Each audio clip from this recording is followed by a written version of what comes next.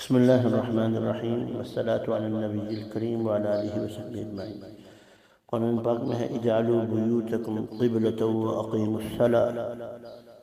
یہ آیت ہے، ترجمہ اس کا یہ بنتا ہے اپنے گھروں کو نماز کی جگہ بنا لو اور نماز کے پابند رہو۔ یہ واقعہ ہے بنی اسرائیل پر جب فرعون نے بہت ظلم کر لیا تھا، اس نے مسجدیں اور عبادت گاہیں ویران کر دی تھی، کوئی باہر نکل کے عبادت نہیں کر سکتا تھا۔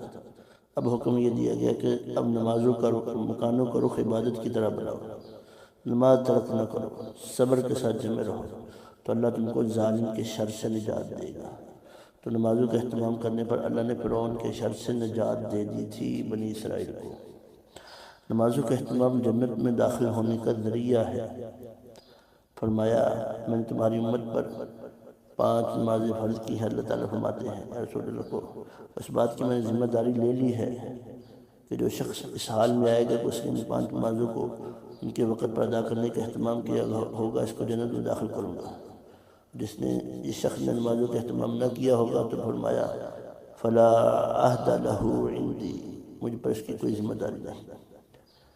نماز کی پابندی کے لیے انسان کمزور ہے، دعا مانگتا ہے رب اجعلنی مقیم الصلاۃ ومن ذریتی ربنا وتقبل دعا۔ ترجمہ اس کا یہ بنتا ہے رب مجھے نماز کی قائم کرنے والا بنا دیے اور میری اولاد میں سے بھی، اے ہمارے پروردگار اور میری دعا قبول فرما لیجیے۔ بعد میں کچھ یہ دیکھنا چاہیے کہ 24 گھنٹے میں تقریباً 1.25 گھنٹہ بنتا ہے نماز کا، اللہ کے سامنے رکنے کا، باقی سارا وقت 22 گھنٹے 45 منٹ یہ ہمیں اپنی ذات کے لیے ملے ہوئے ہیں۔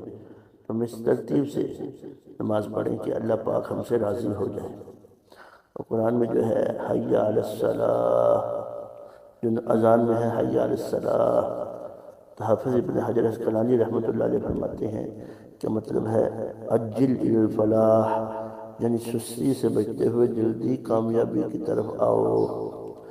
ہماری کامیابی صرف نماز میں ہے، لہذا ہمیں نماز کی سستی سے اور کوتاہی سے بچنا چاہیے، وقت ٹالنے سے قضا کرنے سے بچنا چاہیے۔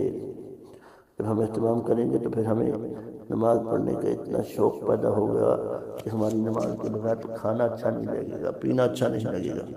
لیکن جب ہم سستی کریں گے تو پھر حالات اور سستی ہوتی جائے گی۔ واللہ اعلم بالصواب۔